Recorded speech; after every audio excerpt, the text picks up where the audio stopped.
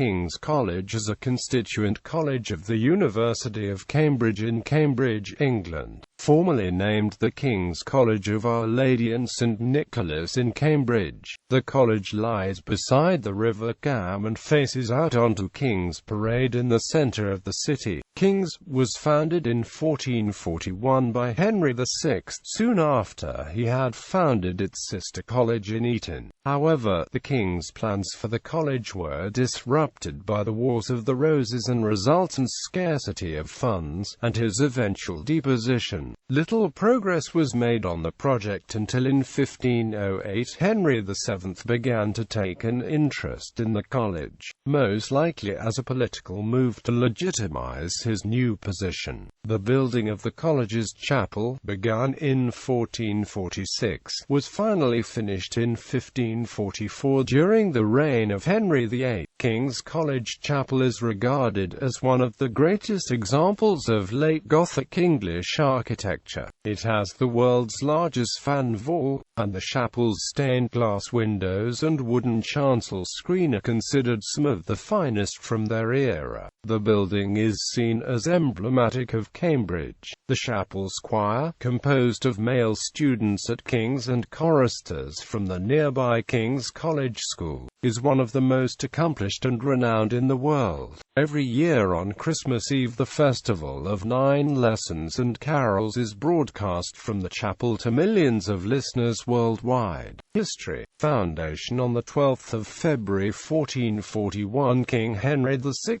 issued letters patent founding a college at Cambridge for a rector and 12 poor scholars. This college was to be named after St Nicholas, upon whose saint day Henry had been born. The first stone of the college's old court was laid by the king on Passion Sunday, the 2nd of April 1441, on a site which lies directly north of the modern college and which was formerly a garden belonging to Trinity Hall. William Millington, a fellow of Clare College, was installed as the rector. Henry directed the publication of the college's first governing statutes in 1443.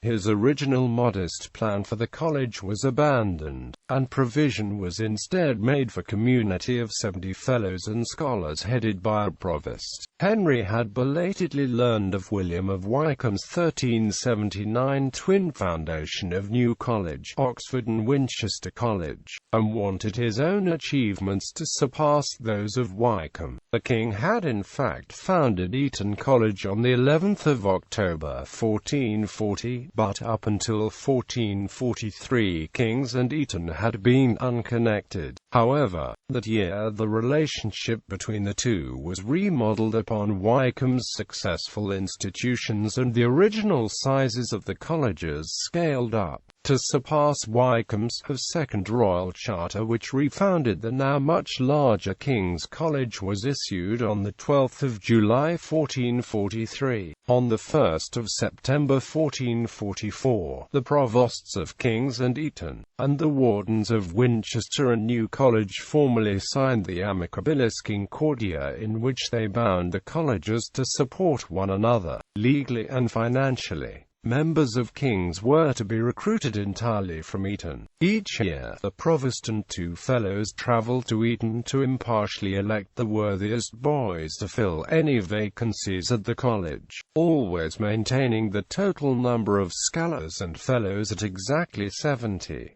Membership of King's was a vocation for life. Scholars were eligible for election to the fellowship after 3 years of probation, irrespective of whether they had achieved a degree or not. In fact, undergraduates at King's, unlike those from other colleges, did not even have to pass university examinations to achieve the BA degree and, instead, had only to satisfy the college. Every fellow was to study theology, save for 2 who were to study astronomy, 2 civil law, 4 canon law, and 2 medicine. All fellows save those studying secular subjects were obliged to take holy orders and become priests, on pain of expulsion. In 1445 a papal bull from Eugenius IV exempted college members from parish duties, and in 1457 an agreement between the provost and chancellor of the University limited the Chancellor's authority and gave the college full jurisdiction over internal matters. Henry VI, Henry VII and Henry VIII. The original plans for Old Court were too small to comfortably accommodate the larger college community of the Second Foundation, and so in 1443 Henry began to purchase the land upon which the modern college now sits. The gateway and south range of Old Court had already been built, but the rest was completed in a temporary fashion to serve until the new court was ready. However, the new college site would itself be left unfinished, and the temporary Old Court buildings, arranged to accommodate 70, served as the permanent residential fabric of the college until the beginning of the 19th century. Henry's grand design for the new college buildings survives in the 1448 Founders' Will, which describes his vision in detail. The new college site was to be centered on a great courtyard, bordered on all sides by adjoining buildings, a chapel to the north, accommodation and the entrance gate to the east, further accommodation and the provost's lodge to the south, and a library, hall and buttery to the west. Behind the hall and buttery was to be another courtyard, and behind the library a cloistered cemetery including a magnificent bell tower. The first stone of the chapel was laid by the king on St. James' Day, the 25th of July 1446.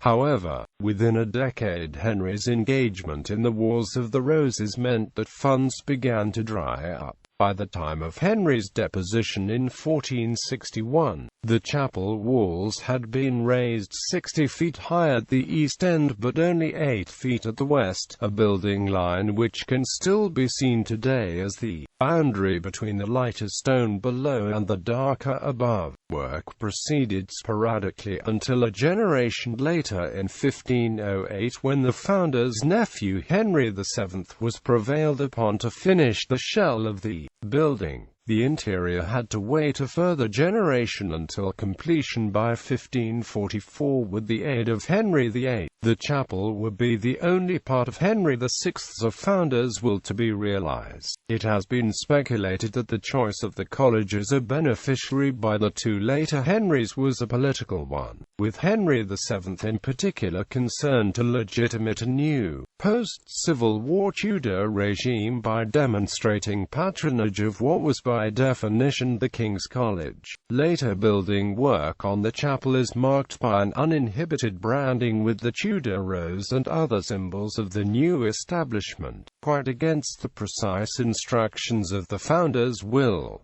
Front court completed, the college remained as the Old Court, chapel and a few small surrounding buildings for nearly 200 years until in 1724 the architect James Gibbs provided a new plan to complete the courtyard, of which the chapel formed the north side, although his design was for the courtyard to be closed by 3 similar detached neoclassical buildings. Due to lack of funds, only the western of these was constructed. The first stone of what became known as the Gibbs Building was laid by Provost Andrew Snape, at the time also Vice-Chancellor of the University, on the 25th of March 1723, and the building completed 6 years later. Front court was finally completed in 1828 under plans drawn up by William Wilkins. The courtyard was closed by a screen and gatehouse to the east, and residential staircases either side of a hall to the south. The southern buildings continued towards the river with a library and provost's lodge. All these buildings were, at the college's insistence, built in the Gothic Revival style rather than Wilkins' preferred neoclassical, with the courtyard to the south of the chapel now able to accommodate the college. The land to the north was sold to the university in 1828.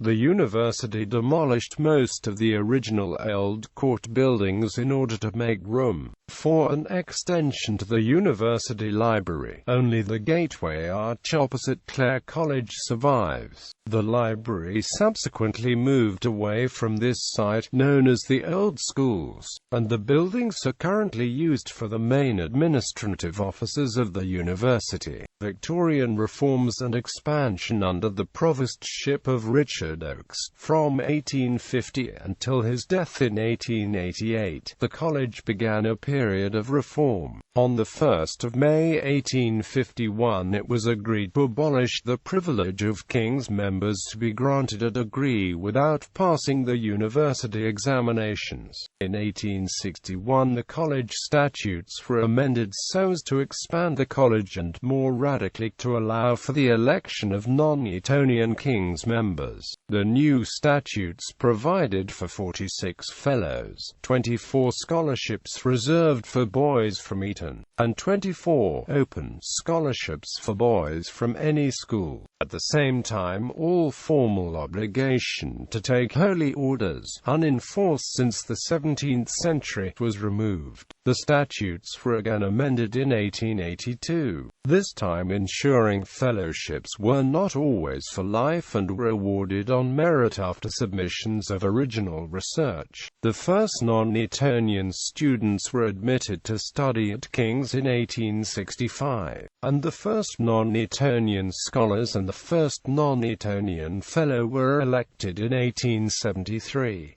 These reforms continued over subsequent decades and there are now no special privileges for Etonians at King's. The expansion of the college through the 1861 statutes necessitated more building work to accommodate the larger community. In 1869, the area along King's Parade between the Wilkinson buildings and King's Lane was built upon after a design by George Gilbert Scott. When completed a year later, the new courtyard formed was named after Walter Chetwynd, a fellow of the college. However, after subsequent plans to expand college accommodation fell through, King's opened negotiations to amalgamate with St. Catherine's College. Although St. Catherine's had been founded by Robert Woodlark, a provost of King's, the college declined the invitation to combine. Eventually, in 1893, the east and south wings of another new courtyard within King's, designed by George Frederick Bodleian overlooking the river, were completed. 20th century. In 1909, the south range of third new courtyard, named for its architect Aston Webb, was built to the south of the library. In 1927, designs by G.L. Kennedy completed Bodley's Court with a new northern range, and Webb's Court with a new Provost's Lodge on its western side. In 1930, a Cambridge Borough police officer was shot by a student who also shot his tutor in the same incident. On the 1st of September 1939, the day of the German invasion of Poland and the cause of the UK's entrance into World War II, permission was sought from the College Council to remove the stained glass from the east window of the chapel. By the end of 1941, all the ancient glass had been removed to various cellars in Cambridge for safekeeping, despite most of the windows of the chapel being covered over by sheets of tar paper which rattled loudly in the wind. The Festival of 9 Lessons and Carols continued to be broadcast from the chapel every Christmas Eve throughout the war, even though the name of the college could not be broadcast for security reasons. King's took the opportunity of these years to clean, repair and photograph the glass. By 1949, all the windows had been restored. In 1961, property millionaire Alfred E. Allnut offered King's the Adoration of the Magi by Peter Paul Rubens, which he had purchased in 1959 for a world record price. The college accepted this munificent gift, with the intention of displaying the painting in the chapel, possibly as an altarpiece. The painting was initially displayed in the antechapel, but a significant faction of the fellowship, including Michael Jaffe and Provost Noel Annan, were determined for the painting to become become the focal point of an entirely redesigned East End, is the first stage of this project. The Edwardian reredos and 17th-century wood panelling were removed and the Rubens installed in the stead behind the altar in April 1964. The painting was so big that the raised floor of the chapel's east end, required by the 1448 founders' will, would have to be levelled so as to prevent the Baroque artwork obscuring the bottom of the Tudor east window. However, 20 Fellows and Honorary Fellow E.M. Forster signed a letter urging the college to reverse its plan and admit that it has made a mistake. The levelling of the floor nevertheless went ahead. The newly refitted East End opened in 1968 and proved highly controversial, with the Architects' Journal criticizing it as motivated not by the demands of liturgical worship but by those of museum display. The last main site building to be erected by the college was the Keynes Building, finished in 1967 and named after former college bursar John Maynard Keynes. This building enclosed Chetwynd Court along with the Wilkins and Scott's buildings, and provided over 70 en-suite accommodation rooms along with other facilities. The first women students arrived at King's in 1972. The college, along with most others at the university, had been all-male since its foundation. However, under Provost Bernard Williams, King's joined Churchill and Clare in becoming the first 3 previously all-male colleges to admit women. Henry VI is not completely forgotten at the college. The Saturday after the end of Michaelmas term each year is Founders' Day, which begins with the Founders' Eucharist in the chapel, followed by a Founders' Breakfast with ale and culminating in a sumptuous dinner in his memory called Founders' Feast, to which all members of college in the 3rd year of studies are invited.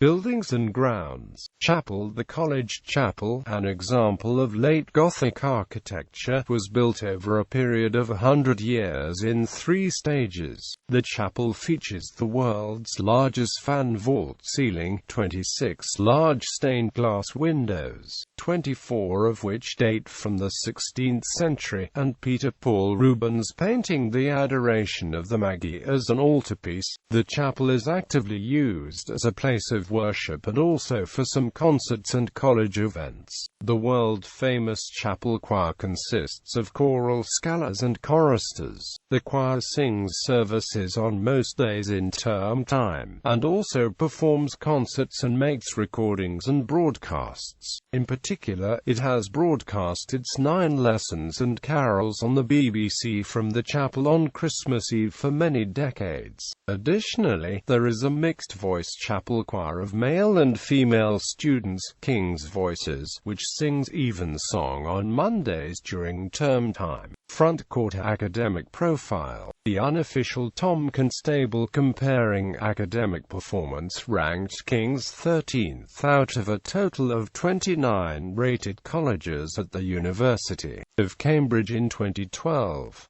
In terms of first-class degrees, King's ranked 7th in the university with 27.5% of final-year students achieving a first. King's offers all undergraduate courses available at the university, except for education, land economy and veterinary medicine. Although directors of studies for Anglo-Saxon, Norse and AMP Celtic and management studies visit from other colleges, with more than 100 fellows and some 420 undergraduate students. King's has one of the highest ratios of fellows to students of all the Cambridge colleges.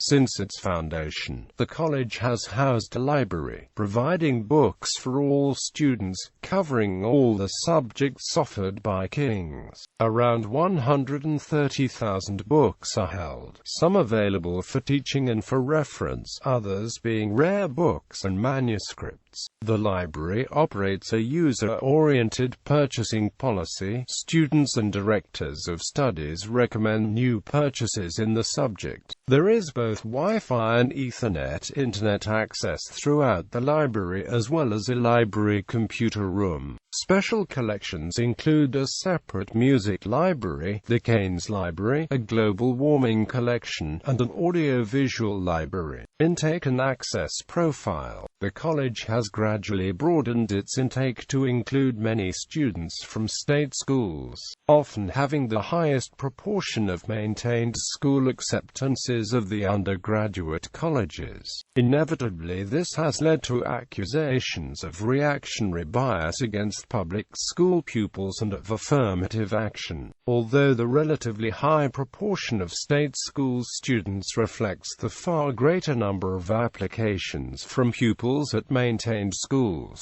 in comparison to other Cambridge colleges, King's has established a schools liaison officer post in order to provide support to students, whatever the background, and schools and colleges of any type to find out more about the University of Cambridge and the college. King's is the linked Cambridge College for schools in North East England through Cambridge University Area Links scheme. In general, the atmosphere at King's is considered to be a little easier than that of other colleges to integrate into if you come from a working class or minority background. Having said this, a survey conducted by Varsity newspaper in January 2009 revealed that the average parental income of students who participated in the survey at King's was very slightly higher than the university average. Student life. King's has its own student unions both for undergraduates and for graduates. Students at King's have used both organizations to assist in the decision-making processes in the college itself and the university. The college students have a reputation for radical political activity going back to the late 1960s,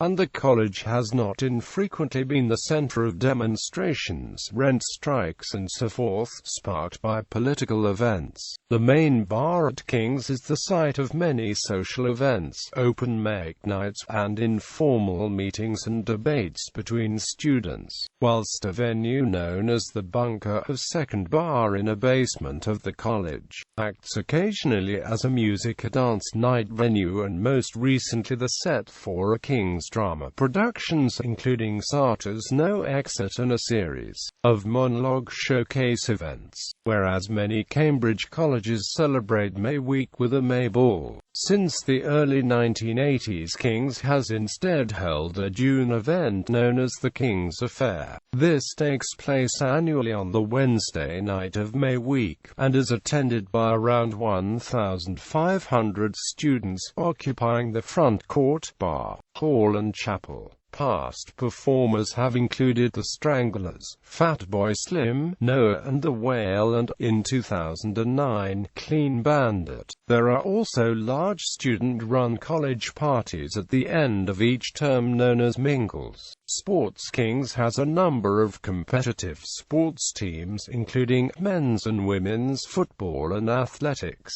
King's College Boat Club has the largest active membership of any club in King's, and has had some success on the river, particularly in recent years. In 2013, the first men's boat qualified to race in the Temple Challenge Cup at the Henley Royal Regatta. Another major club is the King's Mountaineering and Kayaking Association, which has a fleet of kayaks for use on the River Cam and regularly runs climbing, walking and kayaking trips for students of the college during university vacations. In 2016, CCK Rugby reached the Cup semi-final under Captain Sam Truman. They lost 29-24 to Emmanuel. People associated with King's.